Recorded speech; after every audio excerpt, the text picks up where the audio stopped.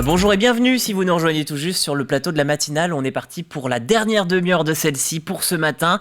Vous pouvez bien sûr avoir un petit programme. Le programme du jour, quel est-il ? Eh bien le voilà. D'abord, ça se passe du côté de l'actu. À la une ce matin, la venue de Julien de Normandie en Vendée. Le ministre de l'Agriculture a promis aux éleveurs vendéens une enveloppe de 2 millions d'euros pour compenser les pertes de l'influenza aviaire. L'État continuera aussi de soutenir les agriculteurs et on vous en parle dans quelques instants. Le mercredi, c'est également le cinéma. Nous parlerons du dernier Cédric Klapisch. Après Ce qui nous lie et Les confins du monde, le réalisateur revient dans les salles obscures avec Encore. C'est à découvrir dans quelques instants. Et puis l'invité de la matinale, ce matin nous recevions Roland Urbanec, conseiller municipal délégué à la valorisation du patrimoine et au tourisme. Alors il m'a laissé ce petit flyer, c'est pour évoquer les GEMA, les Journées européennes des métiers d'art. C'est prévu du 23 mars au 3 avril prochain. Et du côté d'Esnay, il y a donc toute cette manifestation organisée le samedi 2 avril. Voilà pour votre émission. Avant bien sûr de la développer, comme chaque matin, un petit coup d'œil du côté du ciel. Rien de nouveau sous le soleil, comme le dit l'expression, et c'est vraiment le cas de le dire. Il va faire beau aujourd'hui sur tout le département. 5 degrés dans nos terres. Les températures seront plus inégales sur le littoral, mais comptez en moyenne 8 degrés. Dans l'après-midi, le ciel se tient et les températures augmentent. Il fera 14 degrés dans les terres, 13 sur la façade atlantique. Et vos marées, qu'en est-il en ce 23 mars ? Les marées du jour, eh bien, vous avez d'abord la marée haute. Ce sera en pleine matinale. Enfin, c'était en pleine matinale puisqu'elle est passée il y a à peu près 1 heure à 7h38. Et puis, l'attendez la fin de la matinale, ou plutôt la marée basse qui sera à 14h01. Ce sera idéal pour une promenade digestive, mais si vous préférez éliminer vos calories après un bon dîner, notre seconde marée haute du jour en Vendée, c'est à 20h04. Les coefficients 80 pour la première, celle qui est passée donc, et 72 pour la seconde. Les coefficients vont continuer de diminuer pour les prochains jours. Et comme de coutume, on termine avec votre point d'information pratique avec les horaires de vos marchés vendéens. Comme chaque mercredi, beaucoup de rendez-vous avec notamment les Herbiers, Angles, Saint-Gilles-Croix-de-Vie, Bretignolles-sur-Mer, Comquier, Bellevigny, Luçon, les Herbiers comme je vous le disais, Port-Joinville et puis La Roche-sur-Yon. Et on revient du côté de Saint-Gilles-Croix-de-Vie et de même Grue, puisqu'à Grue, le marché est prévu rue de la République sous les Halles. Il démarre actuellement à 8h30 et terminera à 12h30. Donc vous avez un petit peu de temps, restez devant la matinale quand même, puisque ça finit à 12h30. Donc vous pourrez vous y rendre à l'issue de celle-ci. Bonne fête à tous les Victoriens et tout de suite, votre JT d'actualité, c'est tout de suite sur TV Vendée.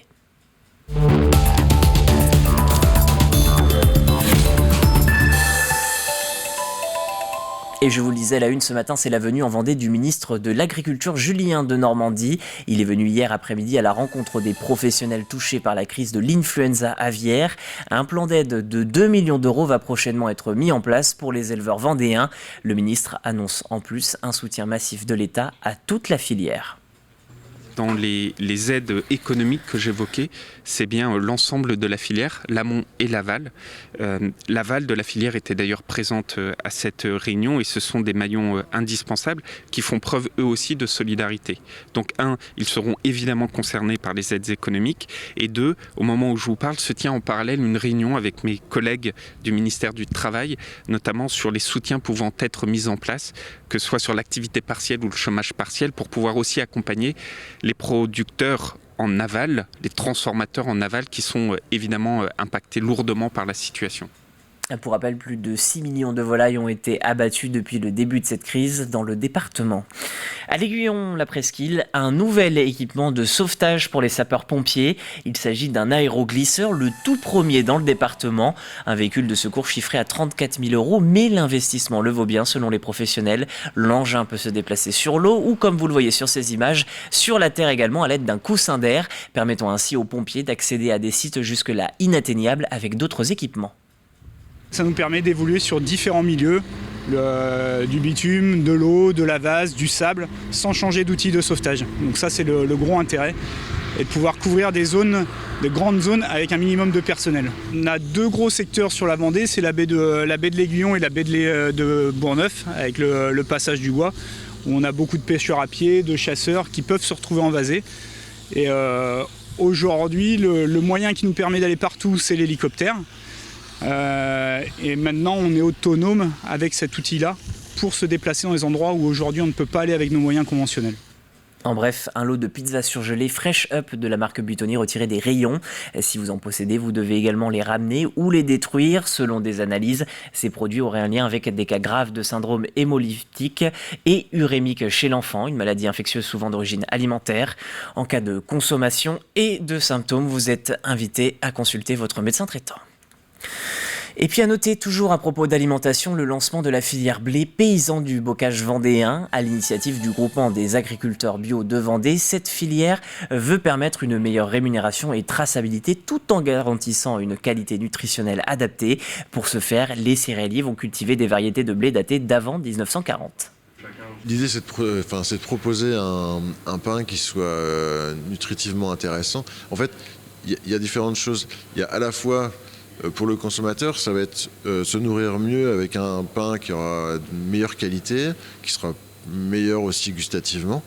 Et puis l'assurance du respect de l'environnement et la juste rémunération de chaque acteur de la filière, dont le paysan. Voilà. Sans transition éducation, depuis quelques années déjà, la communauté de communes Terre de Montaigu organise des visites dans les fermes pour faire découvrir aux classes d'enfants les métiers de l'agriculture. À l'heure où les jeunes sont de plus en plus coupés de la ruralité, le dispositif est salué par le corps enseignant et les agriculteurs. Exemple à Tresseptier avec Pierre Dalicieux. Des visites à la ferme dès le plus jeune âge, c'est le but de ces journées organisées par la Chambre d'agriculture de la Vendée. L'objectif, sensibiliser ces jeunes au métier de l'agriculture et pourquoi pas créer des vocations. Demain, ça peut être potentiellement des futurs éleveurs, donc il faut leur donner aussi l'envie. Qui a beaucoup de connaissances à apprendre au niveau de l'agriculture. Chose que dans le temps, il y a beaucoup de jeunes issus d'agriculteurs qui connaissaient des agriculteurs et aujourd'hui c'est beaucoup moins le cas. Donc il ne faut pas hésiter à ouvrir nos exploitations pour montrer aux jeunes. Ces jeunes de CM1 et CM2 habitent pour beaucoup d'entre eux en milieu rural. Et pourtant la plupart découvrent que du lait est produit tout près de chez eux et que depuis bien longtemps on ne le traite plus à la main. J'ai appris beaucoup de choses parce que je ne savais même pas qu'on utilisait ces machines. Dans plein de fermes, on voit qu'ils font à la main et puis je ne savais pas qu'il y avait des machines pour faire le lait. À la base, je connais pas tout. Je connais pas tout ça, même si j'habite un peu dans une ferme. Alors c'est bien de savoir ça. Terre de Montaigu, à l'initiative également de l'opération, souhaite faire découvrir à ces jeunes du territoire des métiers qui attirent de moins en moins. L'objectif, redynamiser un secteur d'activité important sur le bassin de vie. On se doit de garder, justement, ces jeunes-là doivent garder cette image de notre agriculture que nous en tant que parents, on a connue. Et c'est vrai que c'est hyper important, c'est même indispensable que toutes ces générations se rendent compte que la production de lait, que la production de viande se fait dans nos secteurs. Des jeunes dont la plupart ne sont pas issus du milieu agricole, tout comme d'ailleurs la majeure partie de ceux qui rentrent aujourd'hui en école d'agriculture. Toujours à propos d'éducation, à noter cette forte mobilisation de parents d'élèves au Sables-d'Olonne. Depuis décembre, aucun cours de français ou de latin n'a été dispensé pour 4 classes du collège public Paul Langevin. L'enseignante, partie en congé maternité, n'a pas été remplacée. Alors l'association des parents d'élèves espère avoir quelques réponses après avoir contacté à plusieurs reprises le rectorat de Nantes, pour l'instant sans succès. Les parents évoquent une situation inacceptable, notamment pour les élèves de 3e à l'approche du brevet national des collèges. Il y a plus de 270 heures au total perdues donc pour les élèves. Déjà par rapport à ce 3e, au niveau du brevet, on va voir comment ça va se passer pour eux. Déjà le latin, on sait que c'est pas possible. Aujourd'hui, voilà, effectivement, heureusement, il y a l'équipe éducative qui est très solidaire, donc qui ont pu en fait assurer, on va dire, des exercices. Là, on va nous mettre à disposition des livrets d'exercices scolaires. Mais on ne remplace pas un prof par un livre. On a l'impression d'être abandonné, que les enfants et méprisés surtout, puisque aucune réponse, aucun retour. C'est inacceptable en fait. Ce mois-ci, les élèves de CE2 de Saint-Gilles-Croix-de-Vie étaient invités à la mairie pour les rencontres citoyennes. Une journée passée aux côtés des élus et fonctionnaires de mairie pour apprendre ce qu'est la République et le rôle de citoyen. Alix Lanos a suivi l'une de ces rencontres avec les élèves de l'école Les Salines.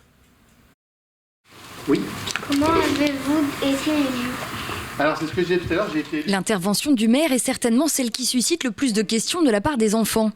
S'ils sont ici, c'est pour découvrir le fonctionnement de la mairie, mais plus largement, les droits et devoirs des citoyens, ainsi que les symboles de la République. Comme la Marianne, la Marseillaise, les drapeaux et le bonnet phrygien. Pour la mairie, à l'origine de ces rencontres citoyennes, il s'agit de sensibiliser ses élèves de CE2 à la démocratie et au respect des institutions. À partir d'un diaporama, la responsable du service éducation jeunesse instaure ainsi le dialogue. C'est essentiel d'en parler de très très tôt, au plus tôt. Le civisme, la civilité, tout ça c'est des termes qu'on voulait leur faire découvrir. Et après les droits aussi et les devoirs aussi pour sensibiliser au vivre ensemble. Au cœur de l'actualité, l'aide au peuple ukrainien interroge les enfants qui posent des questions sur les dons et leur acheminement. Une application concrète de la devise de fraternité qui orne les frontons des mairies. On peut d'ici faire des petites choses et puis aider à notre façon. Donc c'est vrai que pour eux, ça symbolise l'entraide, la citoyenneté entre citoyens européens même. Et finalement, c'est certainement Sacha qui résume le mieux cette heure de sensibilisation. La République, c'est être tous ensemble et jamais s'abandonner. S'appuyant sur ces rencontres, l'enseignante de la classe continuera de travailler ces sujets afin de préparer ses élèves à devenir les citoyens de demain. Enfin, pour finir ce volet éducation, à noter la signature de cette convention entre la ville des Herbiers et le collège-lycée enseignement supérieur Saint-Gab, Saint-Laurent-sur-Sèvre. L'objectif, former des agents administratifs polyvalents selon les valeurs portées par le service public Herbretais. La prochaine session de formation débute en novembre prochain. Faire un partenariat avec une collectivité double comme la ville et le pays des Herbiers, c'est effectivement pouvoir avoir la chance d'avoir des chefs de service qui viennent encadrer nos jeunes dans la pédagogie et qui également les suivent sur des stages pratiques.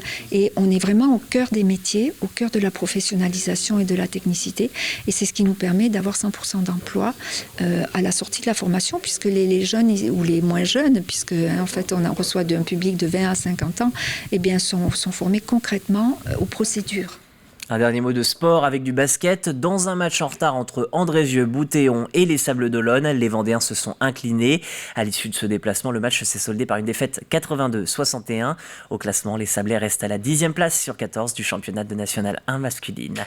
Voilà pour votre journal d'infos locales. On revient tout de suite, mais avant, bien sûr, votre météo avec aujourd'hui Fanny Poirier.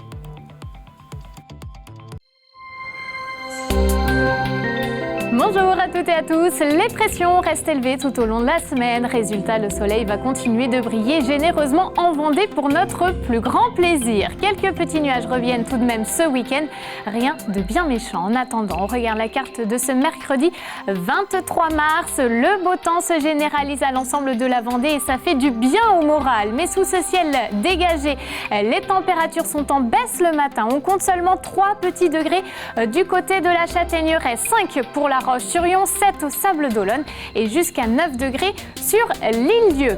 Dans l'après-midi, le ciel bleu persiste. C'est une belle journée printanière qui nous attend avec des températures plutôt agréables. Alors elle s'annonce légèrement plus fraîche sur les îles avec une moyenne de 12 degrés. Sinon ailleurs comptez 14 degrés et 15 degrés du côté de Fontenay-le-Comte. Allez, on passe aux prévisions des 3 prochains jours. Jeudi, le soleil domine tout au long de la journée. Le mercure est compris entre 4 et 10 degrés le matin.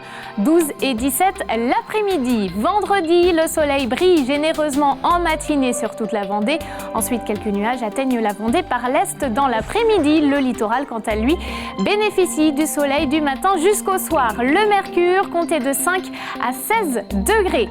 Enfin, samedi, c'est un petit peu plus mitigé. Le ciel se partage soleil et nuages. Un voile nuageux va se maintenir l'après-midi. Et puis, côté température, on attend 7 degrés minimum au réveil et 16 au meilleur de la journée. On revient à notre mercredi 23 mars. Nous gagnons de nouveau 3 minutes de temps d'ensoleillement. Lever du rideau 7h01, coucher 19h22. N'oubliez pas de souhaiter une très belle fête à tous les Victoriens.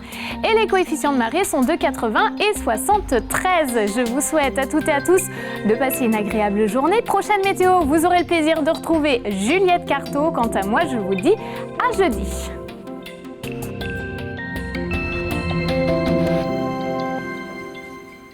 Il est 8h45 sur le plateau de la matinale. Merci de partager ce début de journée avec vous. Vous le savez, peut-être le Conseil d'État a validé le 25 février dernier l'autorisation des néonicotinoïdes pour les cultures de betteraves sucrières.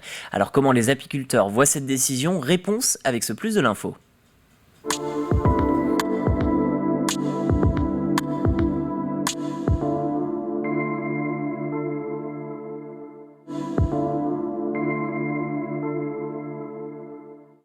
Ce sont des produits qui sont utilisés très souvent en enrobage. Ce sont des enrobages de la semence. Ce sont des produits qui sont donc systémiques et qui agissent sur le système nerveux des abeilles. C'est-à-dire que ça altère entre autres leur système d'orientation, mais aussi les fonctions musculaires. Donc de ce fait, les abeilles n'ont plus la capacité de revenir à la ruche. Donc l'apiculteur constate une dépopulation massive. Il n'y a pas d'abeilles mortes devant puisqu'elles ne sont pas revenues. Et la colonie s'effondre petit à petit. Ces familles de pesticides ne détruisent pas que les abeilles, mais tous les pollinisateurs qui vont sur ces cultures qui sont traités avec ces produits. Et l'impact, il est énorme, parce que 82% des plantes ont besoin de pollinisateurs. À mesure qu'on retire ces pollinisateurs, on voit s'effondrer la biodiversité. Et il faut quand même se rappeler qu'une fourchette sur 3 de ce que l'on mange dépend directement des pollinisateurs. Donc il est évident qu'on va réduire nos ressources de nourriture, si on ne fait pas si on ne met pas en pratique les interdictions qui s'imposent. Depuis plus de 20 ans, donc, on se bat pour les faire interdire cette famille de pesticides. Les uns après les autres, on arrive à les éliminer. Maintenant, c'est des décisions de justice. On est obligé d'en arriver à la décision de justice parce qu'il n'y a pas de courage politique. C'est là où il y a une carence grave au niveau de nos dirigeants. Il doit y avoir à un moment donné un courage politique pour admettre une fois pour toutes, que ce soit en France, en Europe ou dans le monde, que ces familles de produits qui déciment les pollinisateurs dont on a besoin doivent être réellement interdits globalement et on ne revient plus sur cette copie. Le premier, ça a été le fameux Gaucho, puis ensuite le fameux Régent, avec l'imidaclopride et le fipronil, 2 autres matières actives. Et là, aujourd'hui, on est sur le sulfoxaflor, qui est un autre néonicotinoïde avec les mêmes effets dangereux pour les abeilles. Quand ces produits étaient massivement utilisés, on avait entre 30 et 60% de pertes des colonies chaque année. C'est inacceptable, insupportable économiquement et humainement. Progressivement, on a vu ces taux de perte à mesure des interdictions, voir ces taux de perte diminuer. On espère qu'avec toutes ces interdictions, arriver à retrouver le fonctionnement normal des colonies, comme c'était le cas il y a 25 ans.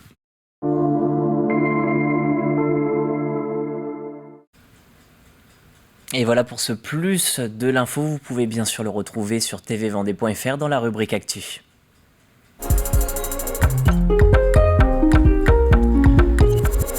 Allez, on se tourne du côté du grand écran. Le mercredi, vous le savez, c'est ciné. Aujourd'hui, Camille revient avec un nouveau coup de cœur, cette fois pour le tout dernier film de Cédric Klapisch. Le réalisateur propose encore, avec notamment Marion Barbeau et Denis Podalides ou encore François Civil. Dans cette nouvelle histoire, Élise, une jeune danseuse étoile, se blesse et va devoir remettre en question l'ensemble de sa carrière professionnelle et sa vie. Et c'est d'ailleurs notre film de la semaine.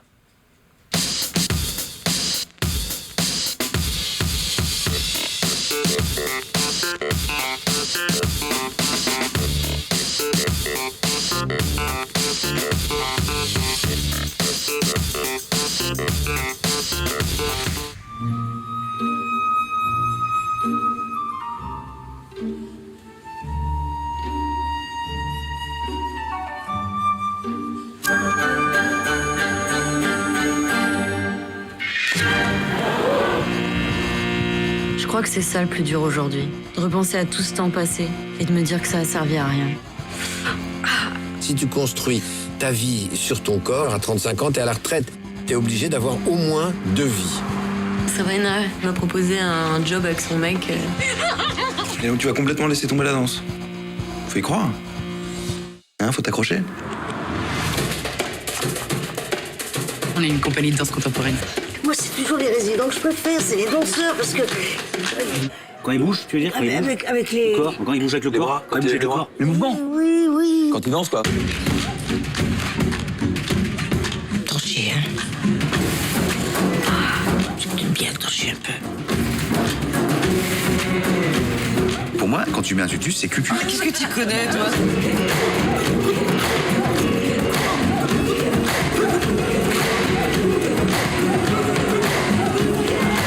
C'est cool, merci.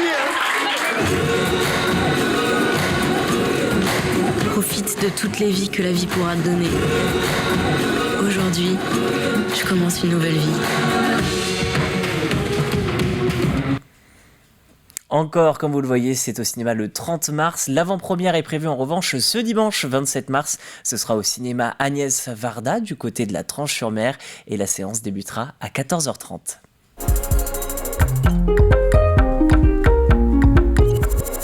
Et on termine cette matinale comme de coutume avec l'extrait du jour. L'extrait du jour, eh bien, c'est Conseil de famille. Régis Bossard reçoit Cécile Barrault, la maire de la ville de Cugand. Vous le savez, c'est une fonction exigeante et prenante d'être maire. Alors comment concilier ce travail quand on est mère de famille? Mère et mère, c'est le thème de ce Conseil de famille.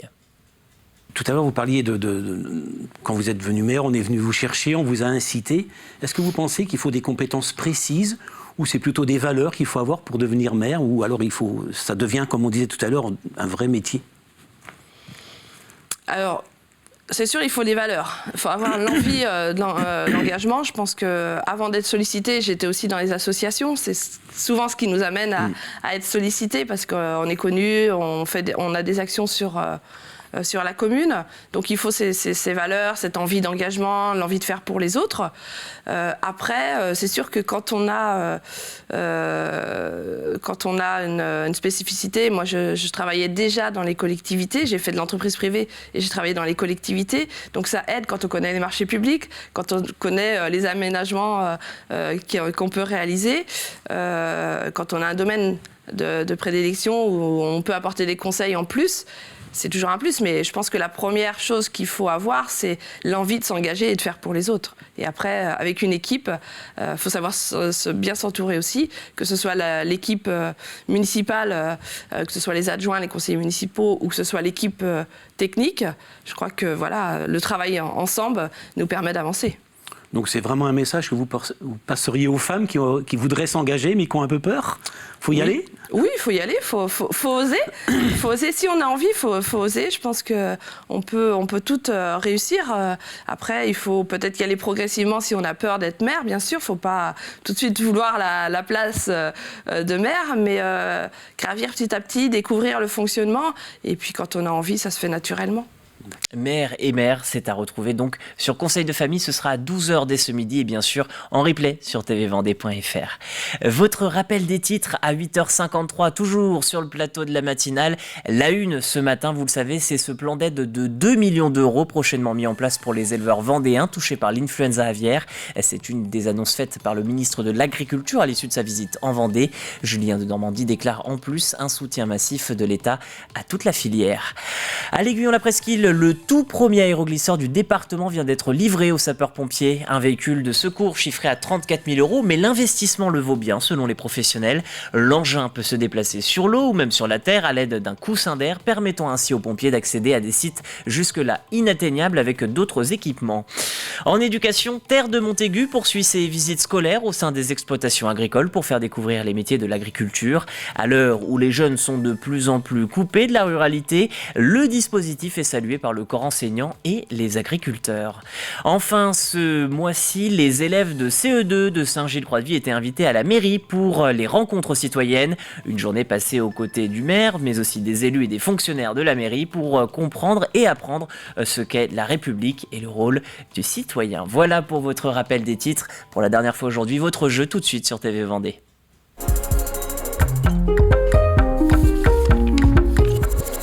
Le jeu de cette semaine, si vous l'ignorez encore, puisque c'est mercredi, donc certains nous regardent uniquement le mercredi, voici la question de cette semaine.